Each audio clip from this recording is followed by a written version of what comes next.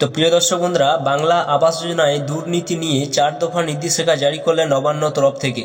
এই 4 দফা নির্দেশিকার মধ্যে রয়েছে যে সমস্ত উপভোক্তার ব্যাংক অ্যাকাউন্টে টাকা সেন্ড করা হয়েছে এবং সেই ব্যক্তির বিরুদ্ধে যদি কেউ দুর্নীতি করে তাহলে কিন্তু সেই 4 দফার নির্দেশিকার মধ্যে তারা কিন্তু অভিযোগ জানাতে পারবেন। এমনই কিন্তু সেই 4 দফার নির্দেশিকার মধ্যে কিন্তু বলা হয়েছে।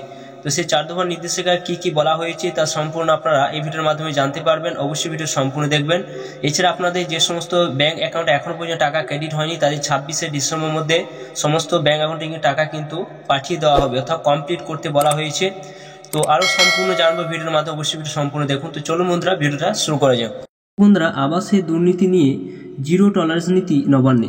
অভিযোগ পেলে 4 দফা কিন্তু একটা কড়া নির্দেশ দিয়েছে জেলা শাসকদের। তো দেখতে পাচ্ছেন এখানে যে কি কি নির্দেশে জারি করা হয়েছে। যে সময় হয়েছে যে আবাস নিয়ে ঘুষ চাওয়া অভিযোগ এলেই নিতে হবে জিরো টলারেন্স নীতি, যেটা উল্লেখ করা হয়েছে। এমনই করার নির্দেশ এলো নবান্নের পক্ষ থেকে। দেখতে পাচ্ছেন এখানে যে সমস্ত উপভোক্তার ব্যাংক অ্যাকাউন্টে টাকা ক্রেডিট হয়েছে তাদেরকে যদি কেউ হুমকি ভয় দেখায় তাহলে কিন্তু এই 4টা নীতি একটা নির্দেশ কিন্তু জেলা শাসকদের প্রত্যেক জেলা শাসক কিন্তু পাঠিয়ে দেওয়া হয়েছে। উপভোক্তাদের ভয়, হুমকি এবং ঘুষ দেওয়ার জন্য কোনো অভিযোগ এলে কি কি পদক্ষেপ নিতে হবে তার জন্য জেলা শাসকদের জন্য 4 দফা নির্দেশ এলো।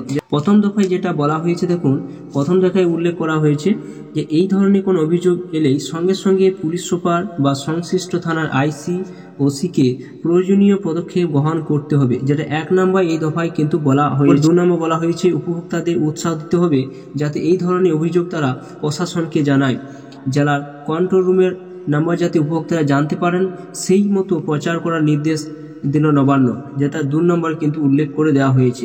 3 নম্বর যেটা বলা হয়েছে নির্ভয়ে যাতে উপভোক্তারা অভিযোগ জানাতে পারেন সেই মর্মে ব্যবস্থা নিতে হবে, যেটা 3 নম্বর উল্লেখ করে দেওয়া হয়েছে। 4 নম্বর যেটা উল্লেখ করে দেওয়া হয়েছে পুলিশ ও জনপ্রতিনিধির সঙ্গে ওরিয়েন্টেশন বৈঠক করতে হবে, যেটা 4 নম্বর কিন্তু উল্লেখ করে দেওয়া হয়েছে। যে গত মঙ্গলবার দিন থেকে আবাসে টাকা দেওয়া প্রক্রিয়া শুরু হয়েছে 12 লক্ষ উপভোক্তাদের। সেই মতো টাকা পেতেও শুরু করেছে উপভোক্তারা।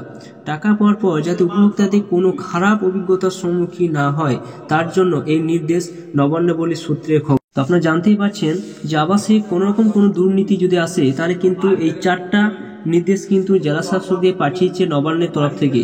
এই 4টা দফা তাদেরকে মেনে চলতে বলা হয়েছে।